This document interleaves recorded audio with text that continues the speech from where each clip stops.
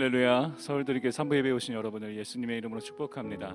우리 함께 자리에서 일어나셔서 예배를 준비하실까요? 오늘 온라인으로 함께 예배하는 각 가정과 처소 가운데 하나님의 은혜가 있기를 기도합니다. 우리 함께 기도함으로 찬양의 문을 열도록 하겠습니다. 기도하겠습니다. 은혜의 하나님 아버지, 마음 깨끗한 자는 하나님을 볼 것이라 말씀하셨는데, 오늘 우리의 마음과 우리의 생각을 주 앞에서 정돈하며 예수 그리스도 앞에 나아갑니다.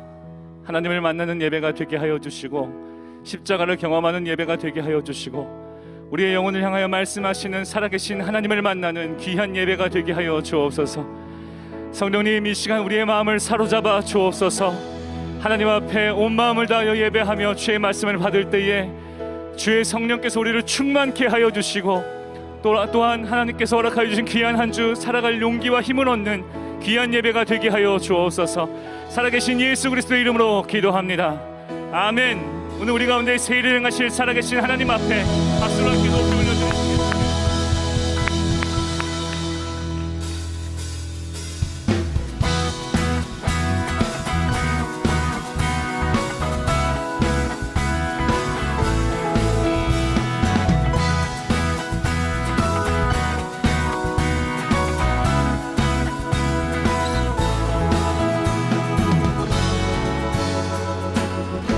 호흡 있는 모든 만물, 호흡 있는 모든 만물 다 나와서 주 찬양. 호흡 있는 모든 만물 다 나와서 주 찬양하라. 이른 아침에도 늦은 저녁에도 난 언제나 주님 찬양해. 기쁨 넘칠 때도 슬픔 다가와도 난 언제나 주님 찬양해. 끊임없는 주의 삶, 주의 권세 존귀 능력 알게 되면 찬양해 되니. 호흡 있는 모든 만물, 호흡 있는 모든 만물 주 찬양. 호흡 있는 모든 만물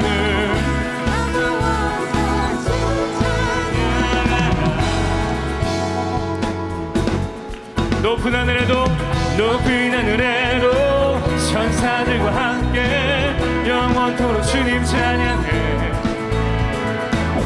온 땅 위에서도 모든 만물 함께 다시 한번 높은 하늘에도 높은 하늘에도 천사들과 함께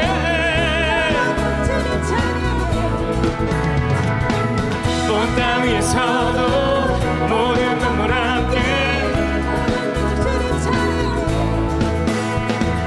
끊임없는 주의 사랑, 주의 권세, 끊임없는 주의 사랑, 주의 삶, 주의 권세 존귀 능력 알게 되면 찬양해 되니.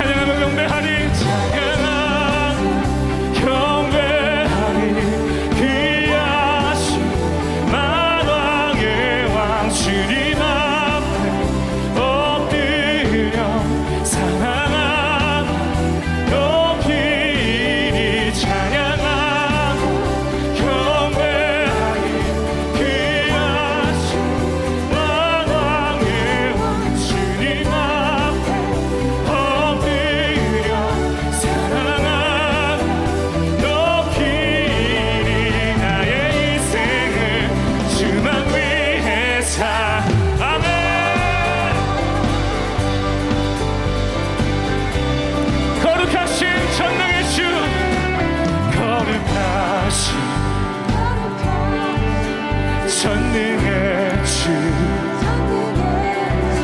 찬양받기 나가신 주 나의 평생 주님만을 찬양하며 따르리라 찬양하며 경배하리 귀하신 만왕의 왕 주님 앞에 엎드려 사랑하며 높이리 찬양하며 경배하리 귀하신 만왕의 왕 주님 앞에 엎드려 사랑하며 높이리 나의 인생은 주만 위해 살리라 모든 주의 주 모든 주의 주 모든 왕의 왕 전능하신 분 만물의 주인 주는 임마누엘 위대하신 분 어린 양 되신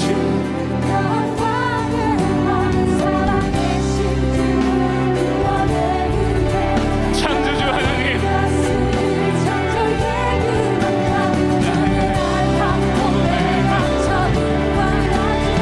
다시 한번 우리의 믿음을 선포합니다. 모든 주의 주 모든 주의 주 모든 왕의 왕 전능하신 분 주는 임마누엘 위대하신 분 오늘 되신 예수를 찬양합니다. 살아계신 주 그 왕의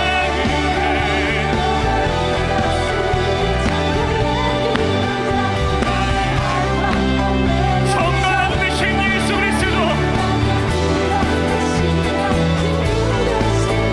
나의 인생은 주만 위해 살 나의 인생은 주만 위해 다시 한번 믿음으로 고백합니다. 나의 인생은 주만 위해 살리라오 우리의 생명을 취하시기에 합당하신 예수 그리스도 우리의 사랑을 받기에 합당하신 예수 그리스도 우리의 헌신을 받기에 합당하신 예수 그리스도께 감사의 박수를 높이 올려드리시겠습니다. 아멘 할렐루야. 예 그렇습니다. 주님의 우리의 인생의 소망 되십니다.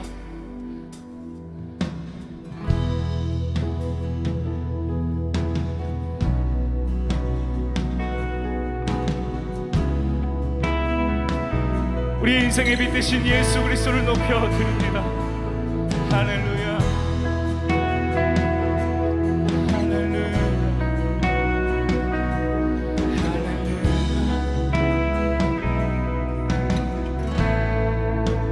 빛 되신 주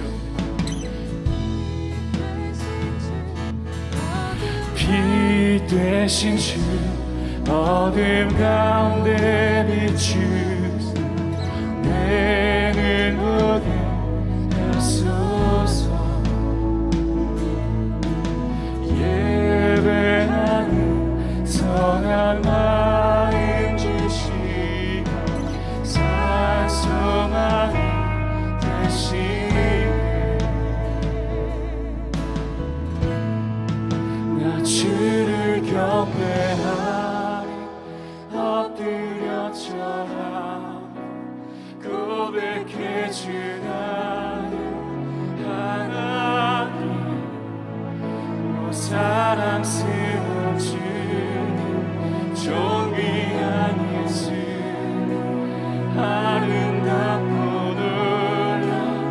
놀라우신 주 만유의 높임을 받으소서 만유의 높임을 받으소서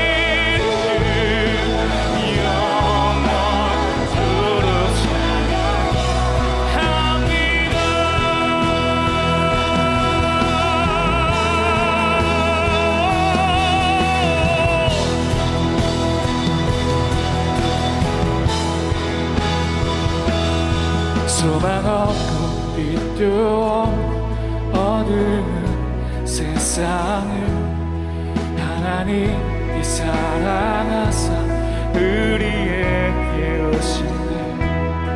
예언하신 약속된 말씀이 육신되어 하늘 영광 버리시 이 땅으로 오셨네.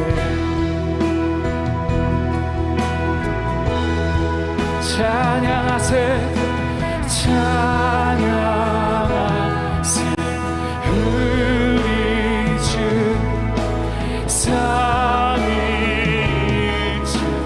하나님 지극히 높으신 주 영원토록 찬양합니다.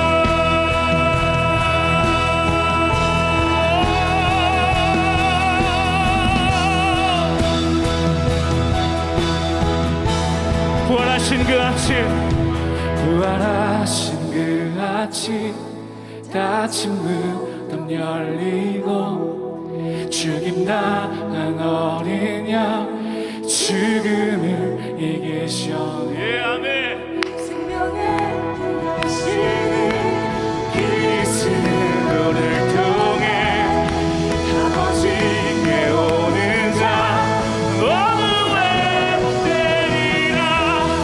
주가 세우신 교회 성령이 이끄시네. 영원한 주의 복음 무너지지 않으리. 주의 보혈로 인해 나는 자유케 됐네. 예수의 사랑으로 새 생명을 얻었네. 아멘. 찬양하세 찬양하세 우리 주 삼위일체 하나 지극히 높으신 주 영원토록 찬양합니다. 두 손을 높이 들고 찬양하세 우리 주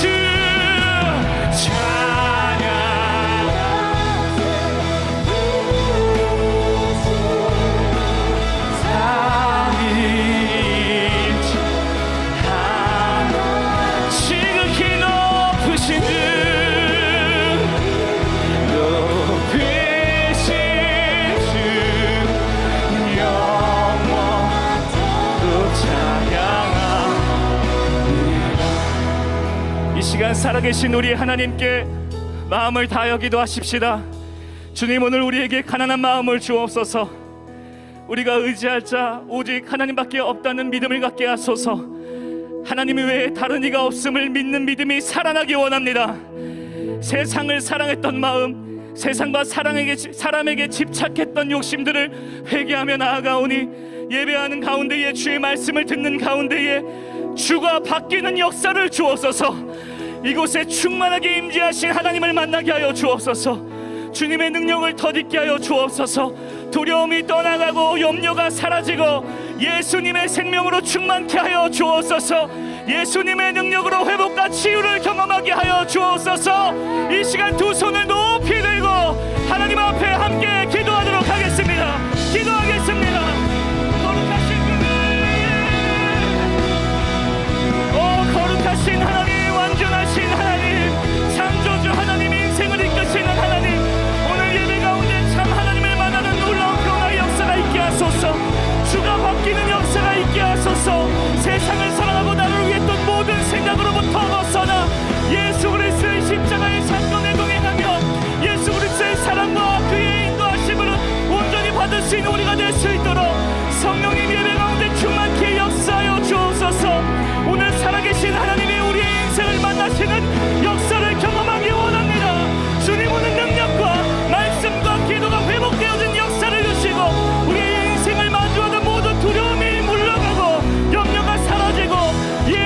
소망 보이는 참된 예배가 될 수 있도록 성령이 우리를 도와주옵소서.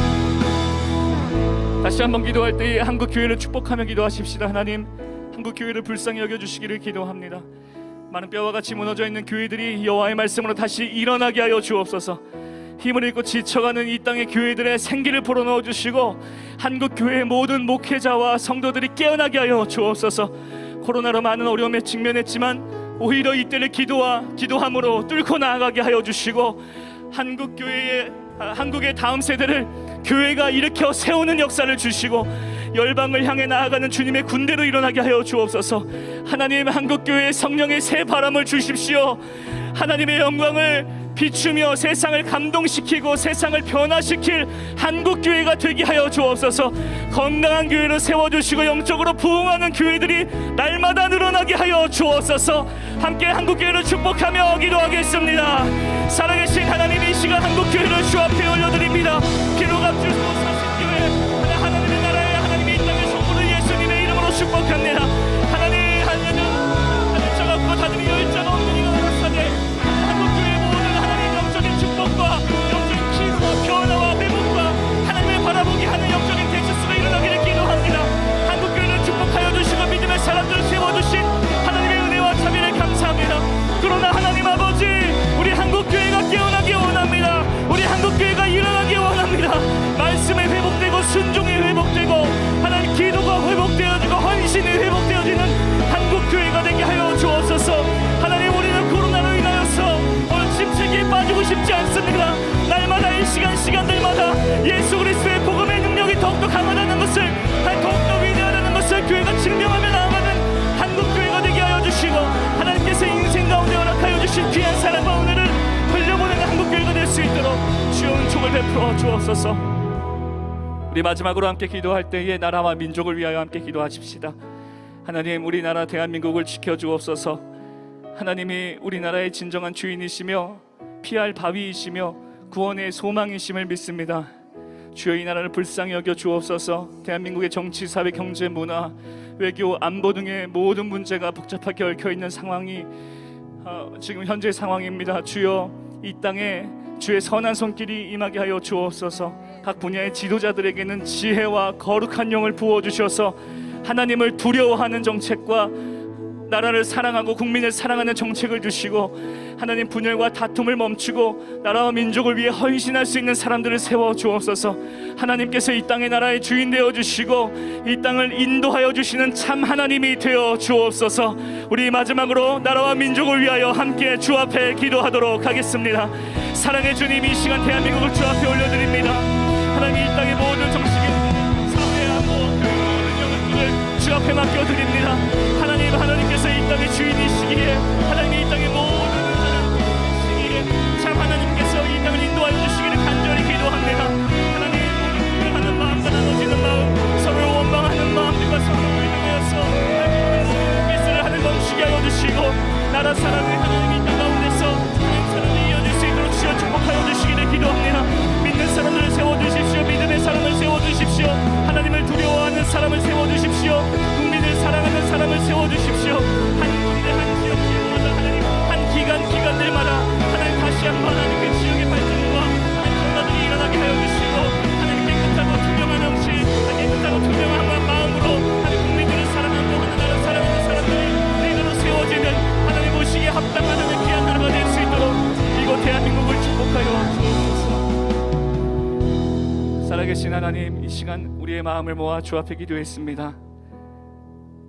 우리에게 은혜를 주시며 교회가 일어나게 하시고 하나님이 온전히 보호하신 나라를 되기 위하여 기도하오니 주여, 우리의 기도를 들어 응답하여 주옵소서.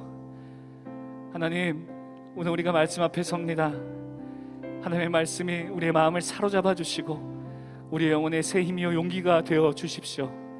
하나님, 우리에게 말씀하여 주옵소서. 우리가 듣겠나이다. 예수님의 이름으로 기도합니다. 아멘. 주님의 성령 지금 이곳에 임하소서.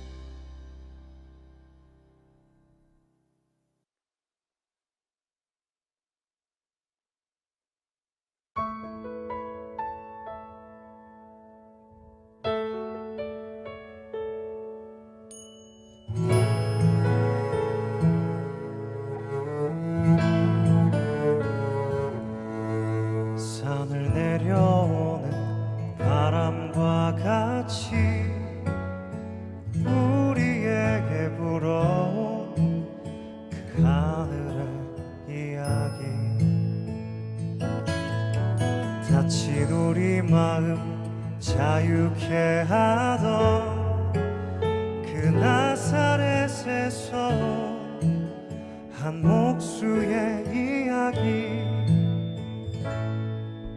나와 같은 이도 복이 있다던 이전엔 한 번도 듣지 못한 이야기, 우리 이마에 맺혀있는 땀들 친절히 쓰다듬던 예수님의 이야기, 메마른 땅 위에 내리는 비처럼 흐르는 내 땀방울로 부는 바람처럼 나를 향하신 그분의 마음, 널 사랑한다 참 귀하다.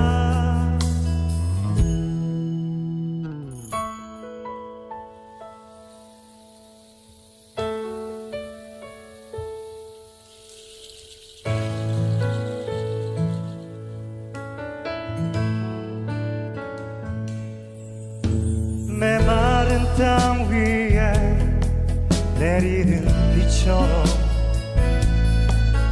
흐르는 내 땀방울로 부는 바람처럼 나를 향하신 주님의 마음, 널 사랑한다 참 귀하다. 나와 같은 이도 복이 있다던 이전엔 한 번도 듣지 못한 이야기, 와서 나의 마음 자유케 하던 그 나사렛에서 온 한 목수의 이야기, 나의 모든 짐 그 어깨에 지고 갈보리 향해 가던 예수님의 이야기.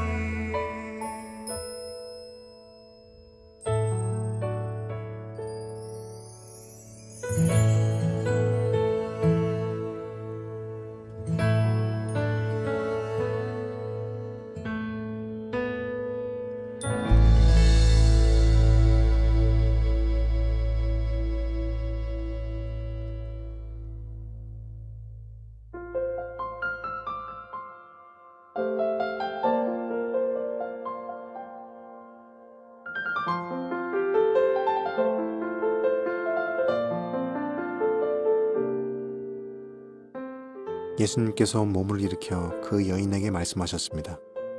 여자여, 너를 고소하던 사람들이 어디 있느냐? 아무도 너를 정죄하지 않았느냐? 여인이 대답했습니다. 주님, 아무도 없습니다. 그러자 예수님께서 나도 너를 정죄하지 않는다.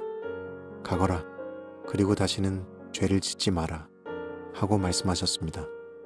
그 후에 예수님께서 다시 사람들에게 말씀하셨습니다. 나는 세상의 빛이다.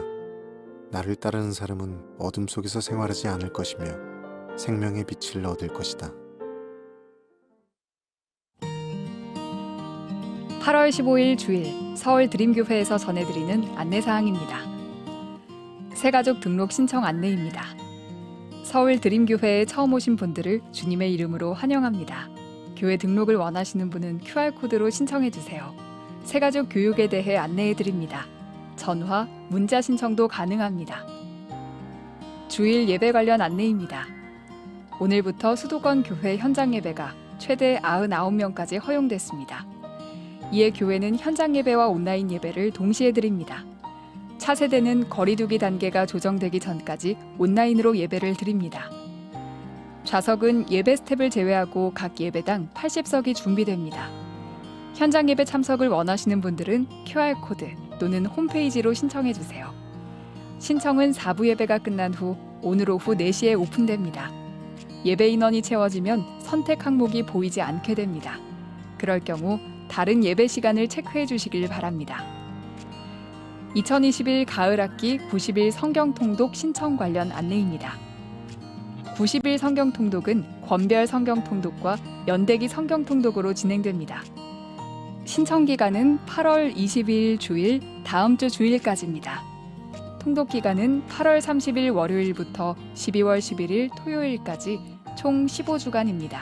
성경 통독 신청은 QR코드 또는 홈페이지에서 해주시길 바랍니다. 90일 성경 통독 연대 기반을 신청하신 분 중 희망하는 분에 한해 90일 통큰 통독 쉬운 성경을 통독 기간 중에 대여해 드립니다. 대여 보증금 2만 원은 성경책 반환 시 돌려드립니다. 여성 중보기도학교 신청 관련 안내입니다. 기도훈련을 받기 원하시는 여성 성도님들을 대상으로 여성 중보기도학교 신청을 받습니다. 기간은 9월 3일 금요일부터 12월 10일 금요일까지 15주 동안이며 매주 금요일 오전 10시 30분부터 오후 12시까지 진행됩니다. 2주간의 특강은 유튜브와 줌으로, 13주간의 강의는 줌으로 진행됩니다. 회비는 10,000원이며 신청은 QR코드 또는 홈페이지에서 해주시길 바랍니다. 해외 선교 온라인 기도 모임 관련 안내입니다. 해외 선교 온라인 기도 모임이 줌앱을 이용해서 오늘 오후 4시 30분에 시작합니다. 함께하기 원하시는 성도님께서는 QR코드 또는 홈페이지에서 신청해 주시길 바랍니다. 8월 드림헌금 관련 안내입니다. 오늘은 8월 셋째 주일, 어려운 이웃들을 위해 드리는 드림헌금이 있는 주일입니다. 할렐루야. 우리 주님 앞에 다시 한번 감사의 박수 올려드리도록 하겠습니다. 현장 예배에 오신 여러분들 주님의 이름으로 축복하고요. 오늘도 여러분 삶의 자리에서 또 온라인으로 예배하시는 모든 드림인들을 주님의 이름으로 축복합니다. 주님의 음성 듣고 하나님의 터치 받는 귀한 복된 주일이 되기를 바랍니다. 성경 통독 신청하실 수 있으니까 이번 학기도 말씀 읽는 학기로 삼아 주시고요. 또 기도 배우기 원하시는 분들은 중보기도 신청하셔서 기도할 수 있는 한 학기로 삼아 주시기를 부탁드립니다. 자, 우리 가슴에 손을 얹고 믿음을 고백하고 오늘 하나님께서 저에게 주시는 말씀 받겠습니다. 제가 먼저 고백할게요. 하나님은 나를 사랑하십니다. 나는 그 사랑 안에 있습니다. 하나님은 오늘 나에게 말씀하실 것입니다. 그 말씀에 능력이 있습니다. 그 말씀에 생명이 있습니다. 나의 마음을 하나님께 열겠습니다. 나의 생각을 예수님께 집중하겠습니다. 들은 만큼 변합니다. 들은 만큼 행복해집니다. 가늠하다 현장에서 잡혀온 여인, 그 여인의 목숨은 성난 군중의 손에 달려 있었습니다. 모세가 전해준 율법에 의하면 증인이 2명 이상 있을 시에 그들은 심판의 돌을 던져서 그 여인을 죽일 수 있었습니다. 서기관들, 또 바리새인들, 누구보다 성경, 율법을 잘 알고 있는 사람들이죠. 그들이 성경을 모르기 때문에 이 율법을 어떻게 적용하는 거에 대한 궁금증이 있기 때문에 이 가늠하다 현장에서 잡혀온 여인을 어떻게 처리하는 것이 좋겠습니까? 라고 하는 질문을 예수님에게 던지는 것이 아닙니다. 그 질문은 함정이었습니다. 예수님을 잡으려고 하는 마음이 너무 커다 보니까 가늠하다 현장에서 잡혀온 여인을 보고 이 종교 지도자들은 정의, 공의 이런 것들을 생각했던 것이 아니라 예수님을 잡을 수 있는 절호의 기회를 보았던 것입니다. 예수님께서 초막절을 맞아서 성전에서 가르치시잖아요. 많은 사람들이 예수님의 말씀을 들었습니다. 그리고 더 많은 사람들이 예수를 믿게 되었다라고 성경은 이야기하고 있죠. 예수가 너무 미워서 예수를 잡아 죽이려고 하는데도 선뜻 종교 지도자들이 예수를 잡을 수 없었던 이유는 예수님의 인기가 만만치 않았기 때문입니다. 근데 가늠하다 현장에서 잡혀온 여인을 데리고 온 순간 그들은 예수를 잡아 죽일 수 있는 절호의 기회를 보고 우리 율법은 이 여인을 돌로 쳐서 죽이라고 하는데 당신은 여기에 대해서 뭐라고 하겠습니까? 라고 물어보고 있는 것입니다. 자, 예수님께서 이 여인을 한번 용서해 주자라고 말씀을 하신다면 그분은 죄인의 친구는 될 수 있을지언정 그 이스라엘이라고 하는 하나님의 백성들을 붙들고 인도하고 있었던 하나님의 율법 말씀을 정식으로 정면으로 어기는 게 되겠죠. 그러면 종교 지도자들로 하여금 이 예수님을 잡을 수 있는 빌미를 제공하게 되는 것입니다. 율법을 정면으로 어기는 결정을 한 예수님을 향해서 대중의 인기가 식을 수도 있는 거죠. 반면에 당연히 그 여인을 돌로 쳐서 죽여야 된다라고 예수님께서 말씀을 하신다면 율법을 준수하는 유대인으로서의 모습은 보여줄 수 있을지언정 사형은 로마 법정에서만 할 수 있다라고 하는 로마 법을 어기게 되어서 범법자가 되는 것입니다. 그런데 예수님께서는 그런 종교 지도자들의 함정이었던 질문에 이렇게 답을 하시죠. 너희 중에 죄가 없는 자가 먼저 돌을 던지라, 돌로 치라 라고 말씀을 하셨습니다. 이게 기가 막힌 답이죠. 유대인의 율법도 어기지 아니하고 로마의 법도 거스르지 아니하는, 죄를 향한 아주 준엄한 판단도 해주시고 죄인을 향한 하나님의 자비도 함께 보여주시는 이런 기가 막힌 답이었습니다. 죄가 없는 자가 먼저 돌을 던지라. 이 말씀 앞에서 흥분했던 군중들은 여인의 허물이 아닌 자신들의 허물을 보기 시작합니다. 그리고 선뜻 돌을 던질 수 있는 사람은 아무도 없었습니다. 자, 10절부터 11절 말씀 볼게요. 10절부터 11절 말씀 한번 읽어보겠습니다. 사람 군중들이 그 예수님 말 앞에서 떠나간 다음에 예수님께서 말씀하시는 장면인데요. 10절 시작.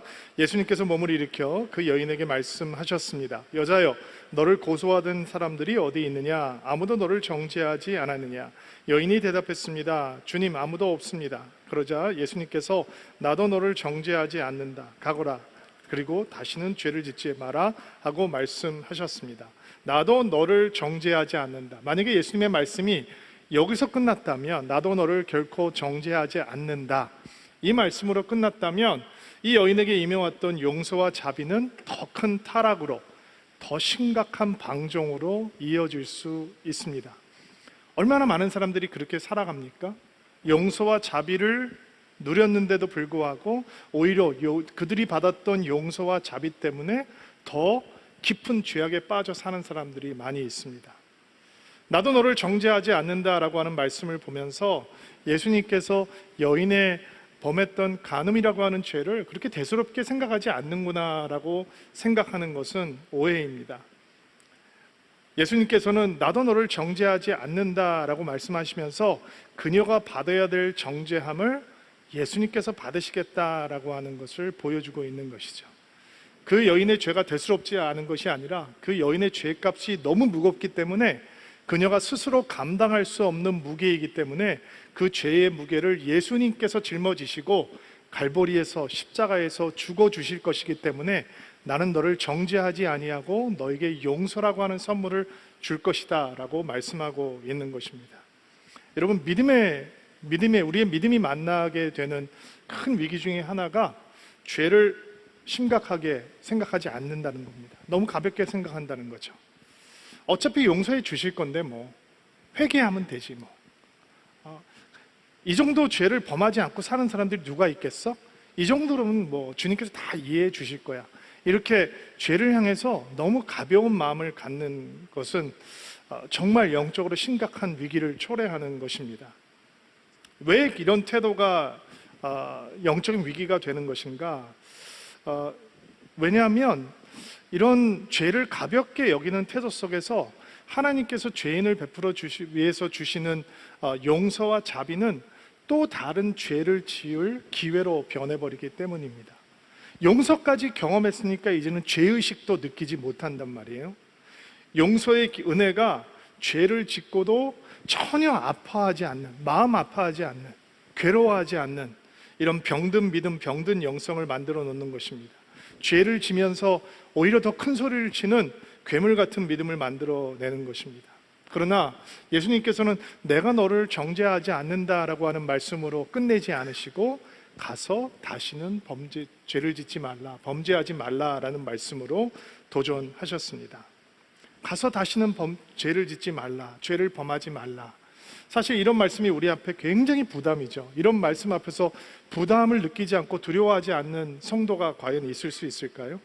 그런데 이런 부담감을 느끼면서 우리 안에 이런 마음도 솔직히 듭니다. 그게 가능해? 아니, 그렇게 살 수 있는 사람이 누가 있어? 어떻게 죄를 짓지 않고 살라고 예수님께서 말씀하시지? 솔직히 그런 마음이 우리 안에 들어올 때 우리는 바로 그 생각을 거부하고 버려야 하는 것입니다. 왜냐하면 그 생각을 버리지 않으면, 이렇게 살 수 있는 사람이 누가 있어? 그게 가능해? 이런 생각을 버리지 않으면 우리는 예수님의 말씀을 진지하게 받아들이지 않게 됩니다. 그게 불가능한 것을 요구하시는 하나님, 불가능한 것을 말씀하시는 예수님의 말을 누가 진지하게 받아들이겠냔 말이에요. 불가능한 것을 요구하고 내가 납득하고 동의하고 내가 따를 수 없는 말씀을 하는 것, 예수님을 향해서 누가 진지하게 마음을 열어놓을 수 있겠어요? 그 예수님 앞에 어떻게 무릎을 꿇고 그분의 말씀만 따라가겠다라고 하는 믿음의 결단을 할 수 있겠어요? 그러니까 이것이 불가능하다라고 느끼는 사람들은 절대로 예수님의 말씀을 따를 수 있는 것이다 라고 생각을 하지 않게 되니까 예수님을 향해서 진지한 마음을 드릴 수가 없는 것이 되는 것입니다. 다시는 죄를 범하지 말라라고 하는 주신 말씀 앞에서 그렇게 할 수 있는 사람이 누가 있어 라고 느낀다면 그 마음의 정체는 이런 것입니다. 죄 속에 빠져 있는 자신의 영적인 상태에 대해서 지나치게 낙관적인 마음이 있는 거죠. 심각성을 인정하지 못하는 것입니다. 죄와의 동거가 별로 문제가 될 바가 없다라고 느끼는 마음의 정체가 있는 것입니다. 또 어떻게 그렇게 살 수 있겠어? 그렇게 살 수 있는 사람이 누가 있어? 라고 생각하는 마음 속에는 자신 안에 죄의 즐거움을 사랑하는 병든 마음이 있다라고 하는 것에 대한 경각심도 없는 것입니다. 죄를 떠나지 않고서도, 죄를 버리지 않고서도 충분히 하나님을 믿고 사랑하고 동행할 수 있다라고 하는 영적인 착각이 숨겨져 있는 것입니다. 자기 자신의 영적인 부패함과 타락을 자신의 노력과 의지로 얼마든지 변화시킬 수 있다라고 하는 자기 과신의 마음도 숨겨져 있는 것입니다. 내가 지금 트라이를 안 해서 그렇지 내가 원하기만 한다면 이런 죄악됨 언제든지 내 스스로 벗어버릴 수 있어 라고 하는 과신이 숨겨져 있는 거죠. 그리고 그렇게 살 수 있는 사람이 누가 있어? 그렇게 할 수 있는 사람은 없어 라고 생각하는 마음 속에는 죄를 떠나야 한다라고 하는 결단의 마음이 없는 상태입니다. 죄를 떠나야 할 이유를 찾지 못하니까 죄를 버릴 수가 없는 것이죠. 누가 그렇게 살 수 있겠어? 라고 하는 마음 가운데 이런 숨겨진 생각들이 있는 것입니다. 여러분, 사람들이 교회가 인기가 없는 이유 중에 하나가 교회에서는 죄인이라고 하는 단어를 너무 많이 쓰기 때문이라고 간혹 얘기를 합니다. 교회 위로받으려고 왔는데 교회 오면 죄인이라고 얘기하고 호통을 치니까 교회가 인기가 없다는 것입니다. 그리고 처음 교회를 찾는 사람들은 내가 왜 죄인이야? 나 지금까지 선하게 살아왔어. 법 없이도 살 수 없는 사람이 살 수 있는 사람이 바로 나야. 근데 왜 자꾸 나보고 죄인이라고 하는 거야? 라고 하면서 그런 메시지에 기분 나빠합니다. 여러분, 교회가 성경이 죄의 문제를 언급하고 있는 이유는 사람을 심판하고 정죄하기 위함이 아닙니다. 구원을 소개하기 위함입니다. 구원의 필요성과 구원의 선물이 얼마나 고귀한 것인지를 알려주기 위해서 죄의 문제를 먼저 다루는 것입니다. 왜냐하면 죄의 문제를 먼저 다루어야 하나님의 구원의 선물을 말할 수 있기 때문입니다. 여러분, 여인에게 예수님께서 죄 없다 하지 않으셨습니다. 그러나 그 죄값을 예수님께서 받으실 것이기 때문에 그녀가 받아야 될 죄의 저주와 죄의 싹을 예수님께서 온전히 감당하실 것이기 때문에 이 여인에게 나도 너를 정죄하지 아니하노니 가서 다시는 죄를 범하지 말라라고 말씀을 해 주시는 것입니다. 예수님께서는 여인을 용서할 수 있는 능력만 가지신 분이 아니라 이 여인이 자신의 삶으로 돌아가서 다시는 그런 죄를 범하지 아니하는, 다시는 죄악된 삶을 살지 아니하는, 죄를 떠나서 살 수 있는 능력도 주실 수 있는 분이시기 때문에 내가 너를 용서할 뿐만 아니라 너를 너의 삶의 자리로 돌아가서 죄를 밟고 승리하는 사람으로 만들어 놓겠다라고 말씀하고 있는 것입니다. 예수님께서 어떻게 이 여인에게 죄악을 버리는 삶으로 인도해 주실 수 있을까? 이게 우리의 관심이죠. 왜냐하면 이 여인의 이야기는 우리의 이야기이기 때문입니다.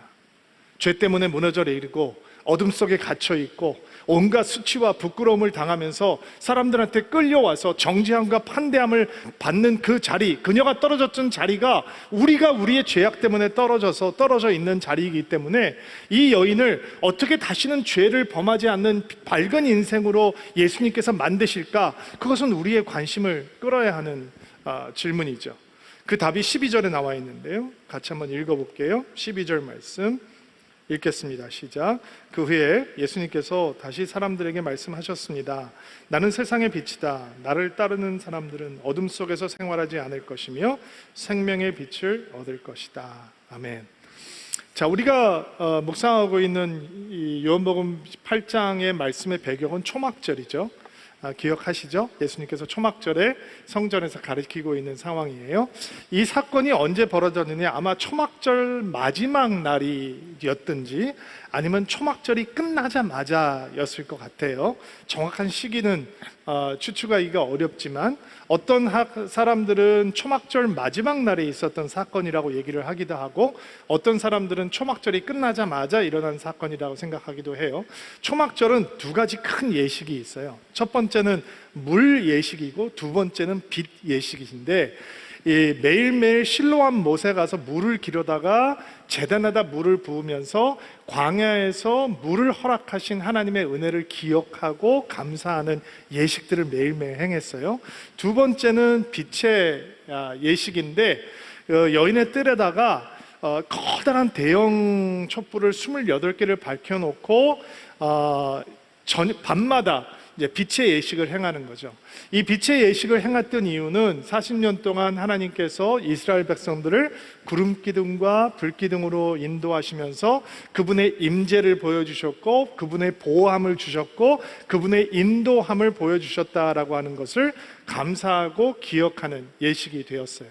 그러니까 지금 초막절의 마지막 날이라면 방금 전까지 그 새벽까지 이렇게 밝은 빛으로 성전을 아주 밝게 했던 빛 예식의 장면이 너무너무 생생한데 예수님께서 이렇게 말씀을 하시는 거예요. 이 성전을 비추고 있는 그 대형 등불처럼 내가 세상을 비추는 빛이다 라고 말씀을 하고 있는 거죠.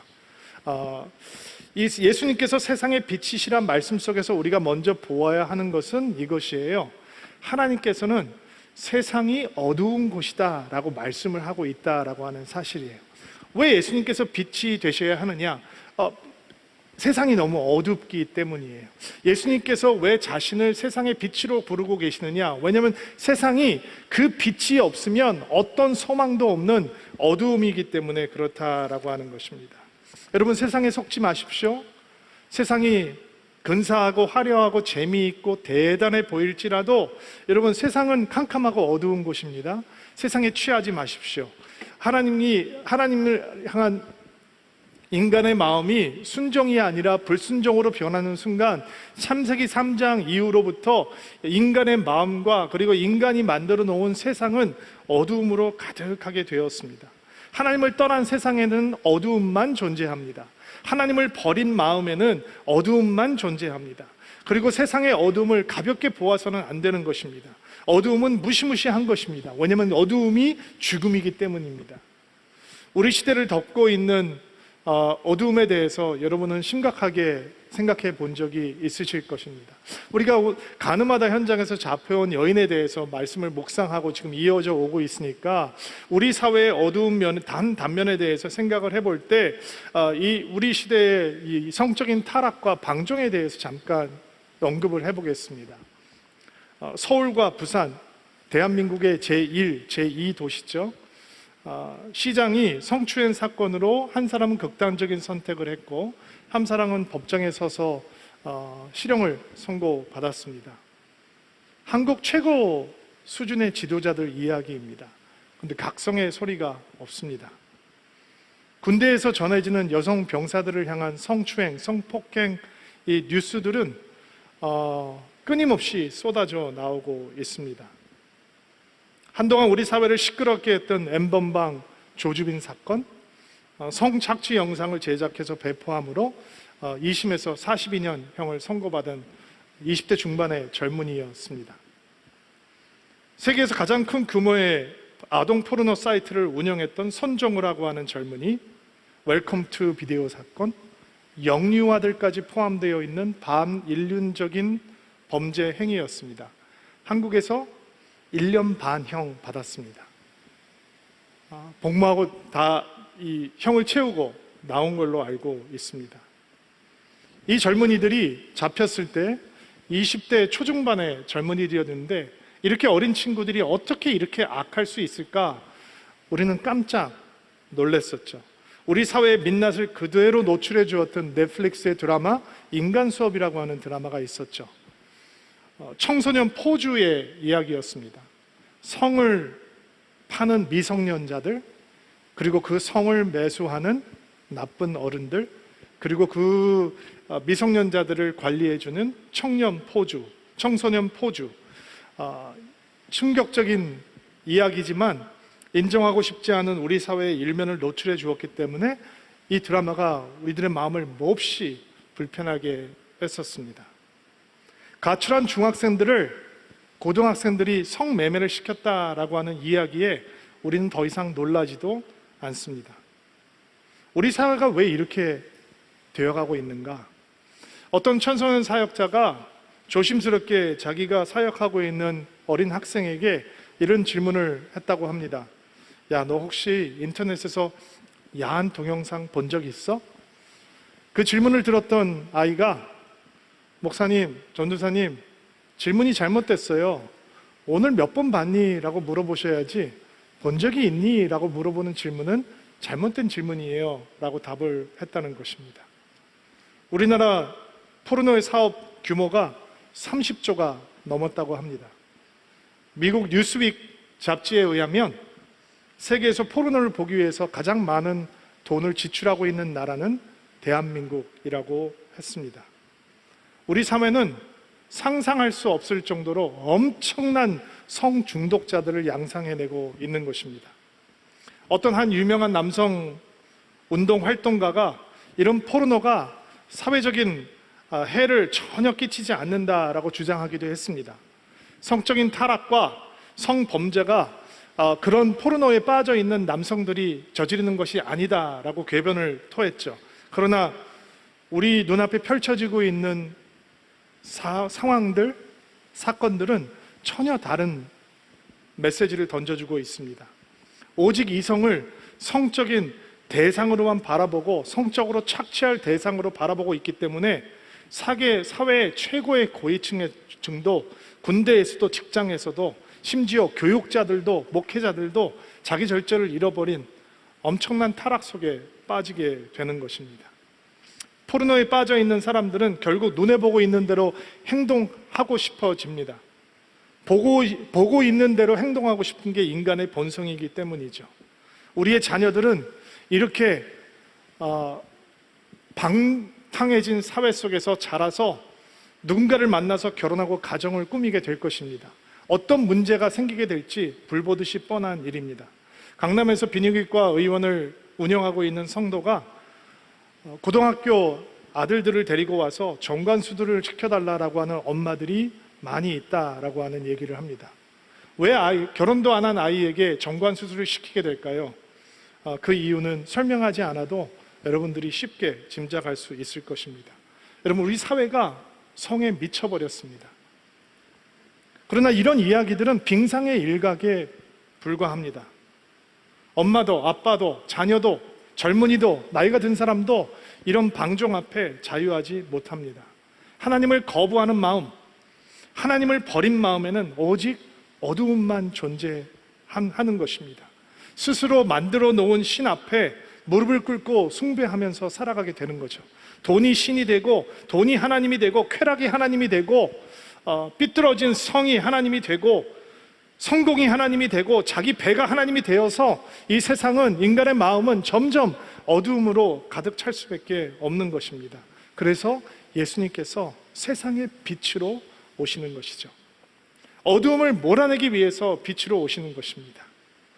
여러분, 예수님 이외에 다른 것으로 이 어두움을 제거할 수 없습니다. 나는 세상의 빛이다 라고 하는 이 말씀에 보면 정관사가 붙어 있습니다. 그러니까 예수님은 세상의 그 빛이시다 라고 성경은 얘기하고 있습니다. 다른 여러 가지 빛이 있지만 그 빛으로는 절대로 어둠을 몰아낼 수 없기 때문에 유일하게 예수 그리스도라고 하는 빛이 모든 어두움을 단번에 몰아낼 수 있는 하나님의 선물이 되는 것입니다. 여러분, 빛이 다가오면 어두움이 서서히 물러가나요? 아니죠. 단번에 물러가죠. 빛과 어두움은 공존할 수 없습니다. 여러분 안에, 제 안에 어두움이 있습니다. 그런데 예수께서 빛을 비추시면 그것이 서서히 물러가는 것이 아닙니다. 우리의 노력과 우리의 의지로 그것이 물러가는 것이 아니라 예수의 빛이 비춰지는 순간 모든 어두움은 거치게 되는 것입니다. 가늠하다 현장에서 잡혀온 여인, 이 여인의 어두움이 얼마나 깊은가, 죽음까지 깊었죠. 죽음의 순간까지 그녀의 어둠이 깊었습니다. 우리 안에 있는 어두움이 얼마나 깊은가, 하나님께서 그 정도의 어두움은 애교로 봐주실 수 있는가? No, 그렇지 않습니다. 우리 안에 있는 어두움도 우리를 죽음에 떨어뜨릴 만큼 깊은 어두움인 것입니다. 그런데 예수의 빛이 우리 안에 비춰지는 순간 그 어두움의 건세는 떠나가게 되는 것입니다. 아멘으로 받으실 수 있게 되기를 바랍니다. 이게 빛 대신 주님의 능력이요 권세인 것입니다. 이 빛 앞에서 어두움은 버틸 수가 없기 때문에 빛 대신 예수님을 제대로 만난 사람들은 어둠을 벗어버릴 수 있고 죄로 돌아가지 않을 수 있다는 거죠. 자, 12절 말씀을 개역 개정판으로 다시 한번 읽어볼게요. 자, 개역 개정으로 한번 읽겠습니다. 시작. 예수께서 또 말씀하여 이르시되 나는 세상의 빛이니 나를 따르는 자는 어둠에 다니지 아니하고 생명의 빛을 얻으리라. 다시는 죄에 빠져 살지 않을 수 있는 예수님의 방법이 있죠. 세 가지가 여기 나오고 있습니다. 첫째, 예수님을 따르는 삶을 사는 것이고, 두 번째, 어둠에 다니지 않는 삶을 사는 것이고, 세 번째, 생명의 빛을 얻는 것입니다. 하나씩 묵상을 해볼게요. 이 여인에게 가서 다시는 범죄하지 말라, 다시는 죄에 빠져 살지 말라라고 하는 말씀이 불가능하고 무시해도 되는 말씀이 아니라면, 정말 예수께서 그 여인을 그렇게 만드실 수 있기에 그것이 내가 너를 그렇게 만들겠다라고 하는 약속의 말씀이라면, 그 약속의 말씀은 우리를 향한 말씀이기도 한 것이고, 그 여인이 죄에 빠지지 않고 살아갈 수 있는 방법이 있다면 그 방법은 우리가 붙들어야 되는 삶의 길이 되는 것입니다. 첫 번째, 죄악을 떠나서 사는 삶은 먼저 예수님을 따르는 삶이다라고 하는 것을 기억하시기 바랍니다. 따른다라고 하는 말은 한 번의 이벤트를 말하는 것이 아니라 반복적으로 지속되어야 되는 표현입니다. 그러니까 죄악된 삶을 벗어나려면, 죄로 돌아가지 않는 삶이면 빛 대신 예수님을 계속적으로 지속적으로 따라가야 하는 것이죠. 그것을 동행이라고 합니다. 동행이란 끊어지지 않는 교제를 의미하는 것입니다. 대비되는 개념이 있는데요, 드문드문 교제하는 것입니다. 드문드문 동행하는 것입니다.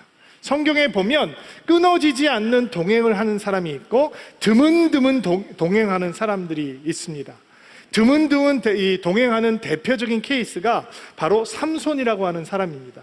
여러분 잘 아시죠? 이스라엘 백성들이 이방인으로부터 압제를 당하고 괴로움을 당할 때 하나님께서 사사를 보내주셔서 그들을 구원해 주시잖아요. 그리고 이 사사들 중에서 삼손이라는 사람이 가장 유명한 사사였죠. 영화들도 만들어지고.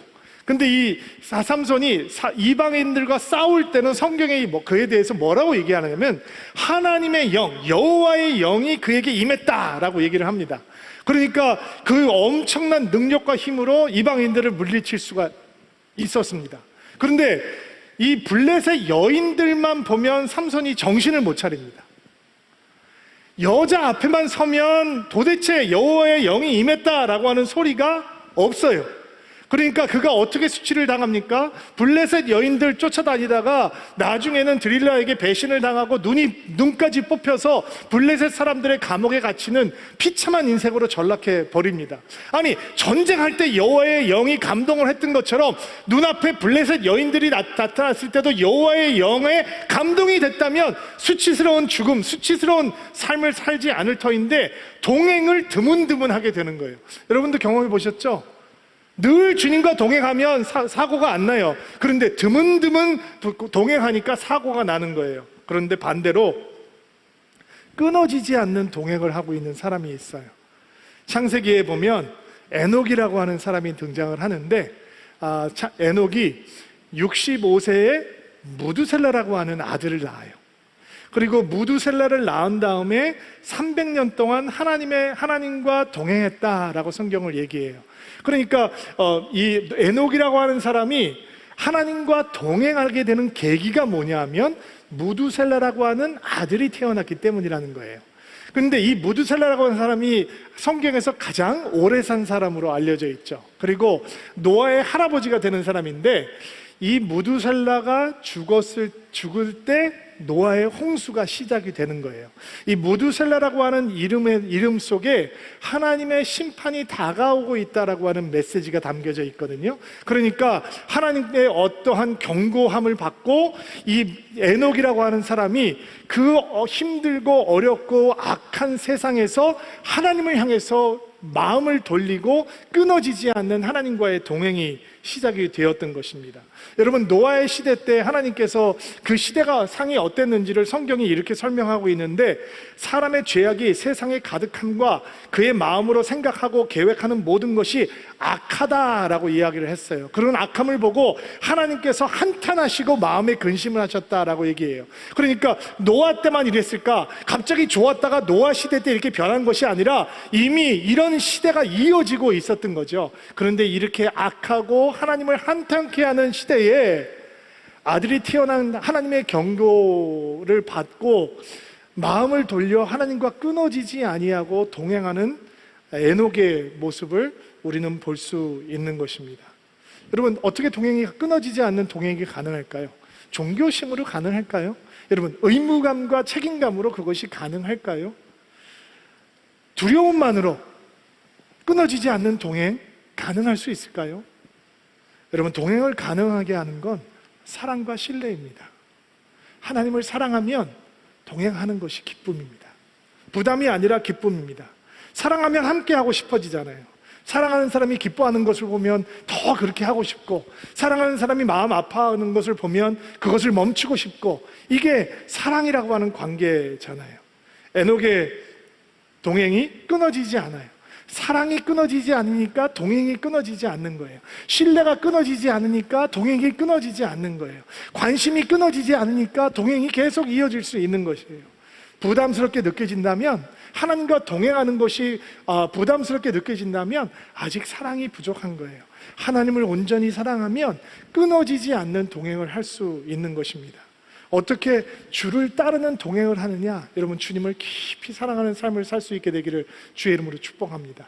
자, 두 번째, 빛 대신 예수님을 만나서 다시 죄악으로 돌아가지 않는 삶을 사는 길은 어둠에 다니지 않는 삶을 사는 것이다 라는 것을 기억해야 합니다. 어둠 속을 다닌다. 쉬운 성경에는 어둠 속에서 생활한다 이렇게 표현을 하고 있는데 그 같은 의미입니다. 밤을 좋아하는 사람들이 있어요. 낮보다 밤을 좋아하는 사람들이 있어요. 여러분, 밤이 뭐냐면 하나님께서 불 끄시는 시간이잖아요. 그럼 집에 돌아가면 돼요.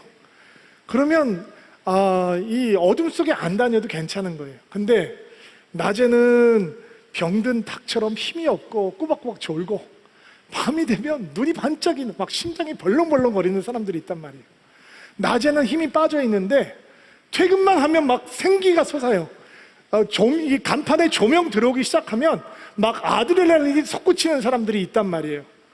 낮에는 일어나는 일들은 흥분이 되지 않는데 밤에 일어날 일들을 생각하면 막 너무 흥분되는 사람들이 있다는 거예요. 함께 성경 공부하자라고 하면 정말 막 마음에 스트레스가 팍팍 쌓이는데 폭탄 좀 말라 그러면 막 눈동자가 반짝이는 사람들이 있어요. 예배 드리다가 시간만 조금 길어져도 막 짜증 폭발인데 클럽 가서 밤이 새도록 땀을 펄펄 흘리면서 놀아도 생기가 넘치는 사람들이 있단 말이에요. 이게 어둠을 사랑하고 어둠 속에 다니는 사람들의 특징이죠. 어둠 속에 다니는 사람들의 또 다른 특징은 몰려다닌다는 거예요. 여러분 생각해 보세요. 우리를 자꾸 어둠 속으로 끌어당기는 관계들이 있죠. 아마 여러분도 있을 거예요. 제가 주님의 마음을 아프게 하던 젊은 시절에 저도 그런 사람이었어요. 늘 누군가를 어둠 속으로 끌고 가는 그런 사람. 반면에 우리를 항상 빛 가운데로 인도해 주는 사람들이 있어요. 어떤 사람을 만나면 죄를 향해서 달려가게 되고 어떤 사람을 만나면 거룩하고 순결하게 달려가게 돼요. 여러분, 어둠 속에 다니지 않는다. 우리가 그렇게 어둠 속을 다니지 않는 인생이 되려면 우리를 어둠 속으로 끌고 들어가는 관계를 청산하고 우리를 빛 가운데로 인도하는 관계들을 많이 가져야 하는 거예요. 여러분, 축복하기는 여러분들이 교회에서 누리고 있는 모든 교제들이 여러분들을 어둠으로 인도하는 관계가 아니라 빛 가운데로 인도하는 관계가 될 수 있게 되기를 주의 이름으로 축복합니다. 마지막으로 죄악을 떠나는 삶을 살 수 있는 예수님의 방법은 생명의 빛을 얻는 것입니다. 생명의 빛을 얻는다. 예수님을 주님으로 믿는다. 이런 뜻입니다. 예수님을 주님으로 믿는 순간 예수님의 빛이 우리 안으로 들어옵니다. 여러분, 예수님을 믿지 않으면 예수님의 빛을 두려워합니다. 싫어합니다. 거부하게 됩니다. 그러나 예수님을 나의 주님으로, 나의 하나님으로, 나의 구세주로 믿는 순간 예수님의 빛을 향해 우리의 어두운 삶을 열게 되는 것입니다. 부끄럽지 않습니다. 왜냐하면 예수님의 빛이 비춰지는 순간 우리의 어두움은 단번에 물러갈 수 있기 때문입니다. 여러분, 교회가 연약한 존재인데도 불구하고 세상의 소망일 수 있는 유일한 이유는 우리가 대단해서가 아닙니다. 빛 대신 예수님이 우리의 삶을 비치는 순간 우리의 어둠은 사라지고 우리가 세상의 빛과 세상의 소금이 될 수 있기 때문입니다. 여러분, 예수님을 진짜 믿는 순간 우리 안에 들어와 있던 어둠의 권세들은 무너지는 것을 믿게 되기를 주의 이름으로 축복합니다. 우리가 예수님을 진짜 믿는 순간 어둠의 권세가 떠나가는 것입니다. 우리가 예수님을 진짜 믿는 순간, 그분의 빛이 우리를 비추는 순간 우리는 죄를 미워하고 죄를 거절하고 죄악된 삶을 떠날 수 있는 영적인 힘이 우리 가운데 생기게 되는 것입니다. 이런 축복과 은혜가 오늘 말씀을 아멘으로 받는 여러분들에게 함께 할 수 있게 되기를 주의 이름으로 축복합니다. 같이 기도하겠습니다. 가슴에 손을 얹고 한번 안수해 주시고요. 여러분을 축복하고 기도하겠습니다.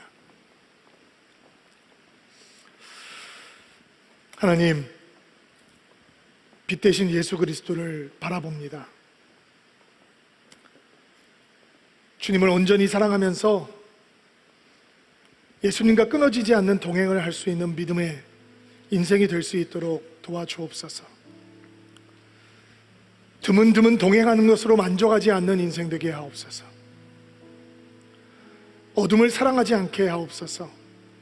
어둠의 길을 걷지 않게 하시고 어둠으로 이끄는 사람들을 거부하게 하시고 빛으로 인도하는 교제가 우리의 삶을 충만하게 채우게 하옵소서. 빛 대신 예수님을 온전히 주님으로 믿는 믿음을 갖게 하옵소서. 빛 대신 주님을 믿음으로 우리 안에 어둠의 권세가 무너져 내리는 것을 보게 하옵소서. 오늘 이 말씀의 능력이 우리의 인생을 예수님의 빛으로 충만하게 만들어 주옵소서. 예수님의 이름으로 기도하옵나이다. 아멘. 우리 같이 찬양하며 준비하신 헌금 또 드림 헌금 주님 앞에 드리겠습니다.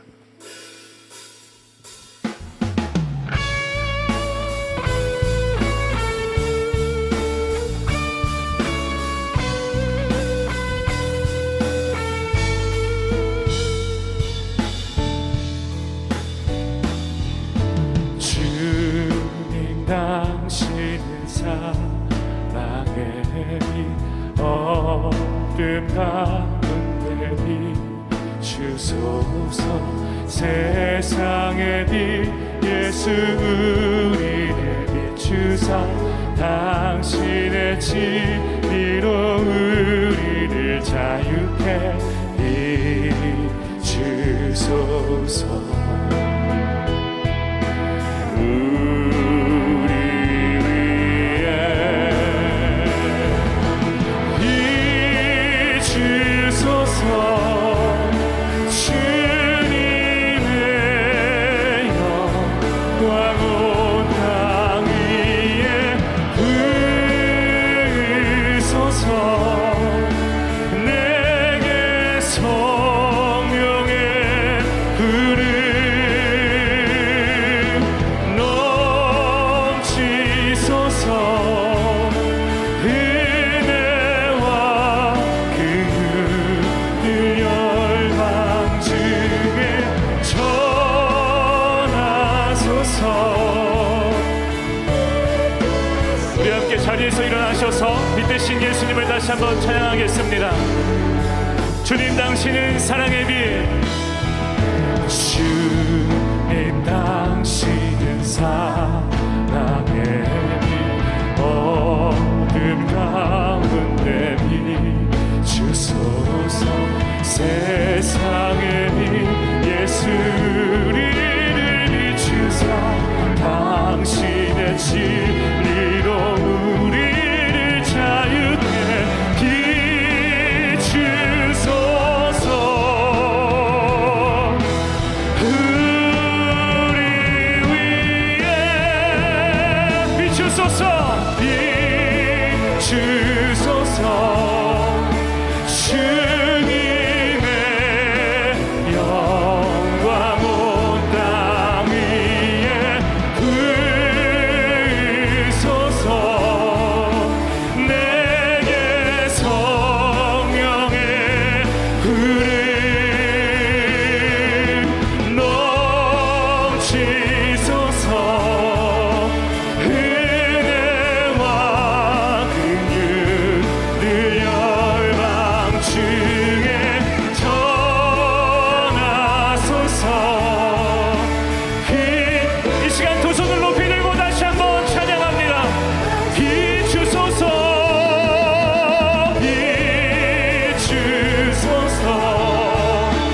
주님의 영광 온 땅 위에 부으소서.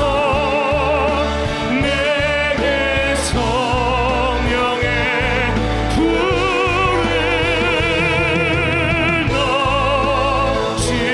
넘치소서. 은혜와 긍휼을 열방 중에 전하소서.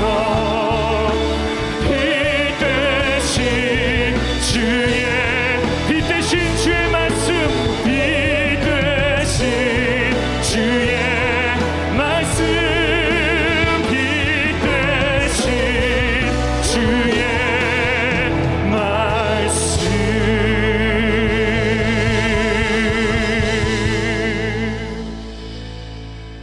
빛 대신 주님을 찬양합니다.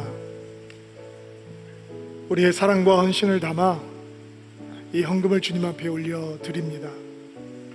주님 기쁘게 받아주시고 축복하셔서 이 헌금이 쓰여지는 곳마다 빛 대신 예수 그리스도의 복음이 전해질 수 있도록 도와주옵소서. 들으신 손길을 하나님께서 기억해 주시옵소서. 삶의 자리에서 신실하신 하나님, 부유하신 하나님을 맛보아하는 축복을 누리게 하옵소서. 사랑하는 성도들이 삶의 자리로 돌아갑니다. 하나님의 능력으로 충만하게 하시고 예수님의 빛으로 충만해서 그 삶의 자리가 영적으로 승리하는 자리가 되게 하옵소서. 이제는 우리 주 예수 그리스도의 은혜와 하나님 아버지의 놀라우신 사랑과 성령님의 교통하심 충만케 하심이 빛 대신 예수 그리스도를 바라보는 드림인들 위해, 그리고 빛 대신 예수 그리스도를 열방에 흩어져 증거하는 선교사님들 위해 이제로부터 영원토록 함께 하시기를 간절히 축원하옵나이다. 아멘.